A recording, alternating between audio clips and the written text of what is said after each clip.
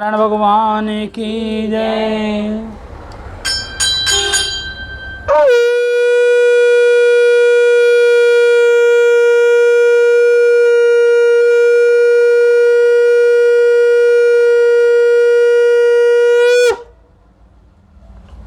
बोलो श्री लक्ष्मी नारायण भगवान की जय।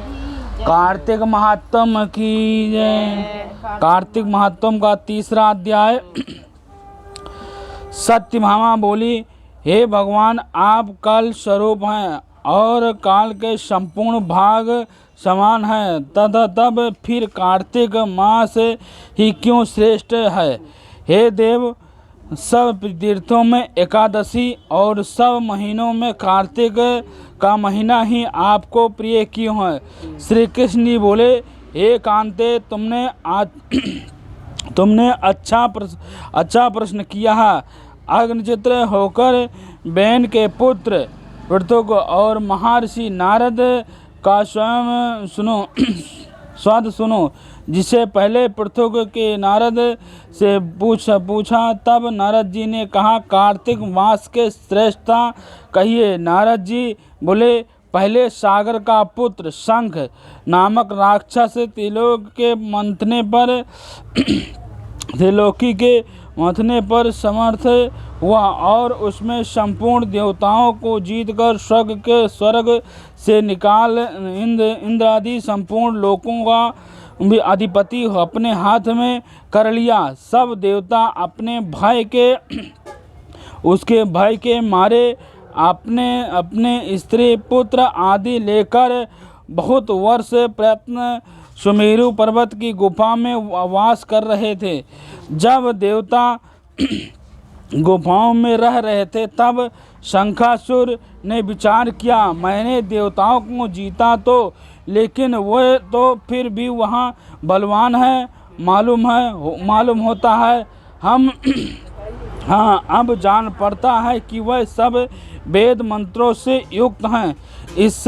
इससे उनके वेद मंत्रों का हरण करने से सब बल ही हो जाएंगे।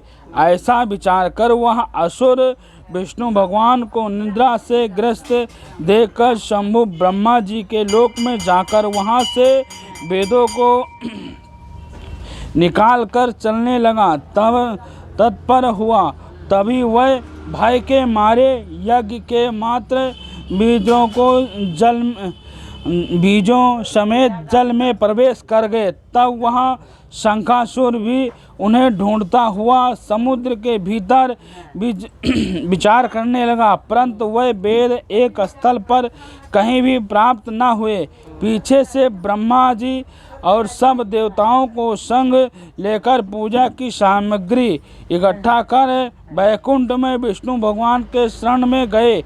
वहाँ उनके जागने के निमित्त सब देवता गाने बजाने लगे और गंध धूप बार बार देने लगे। उससे उनकी भक्ति संतुष्ट होकर भगवान ने नेत्र खोले। तब सब देवताओं ने विष्णु भगवान के दर्शन किए और षोडशोपचार से पूजा करके दंडवत व्रत पृथ्वी पर गिरा और गिर पड़े।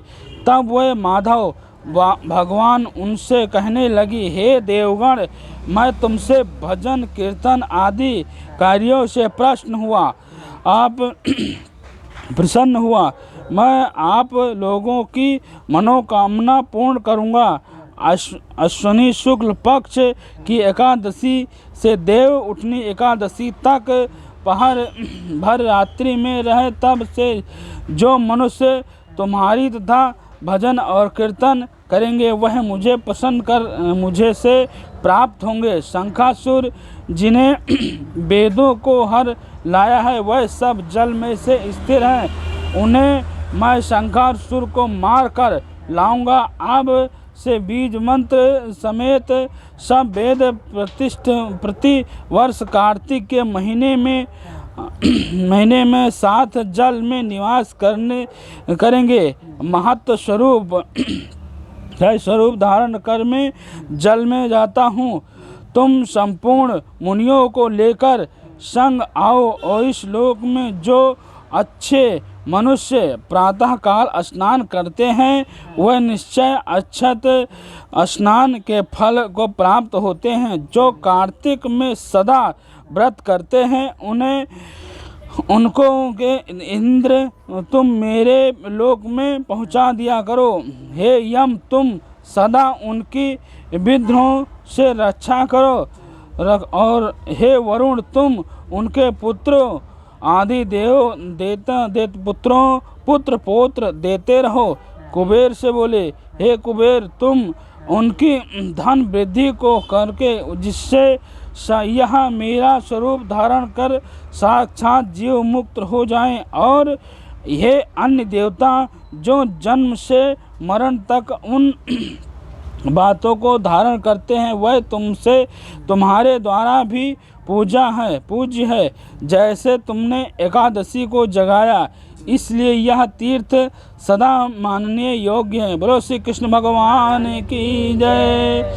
श्रीमन्नारायण नारायण नारायण श्रीमन्नारायण नारायण नारायण श्रीमन्नारायण नारायण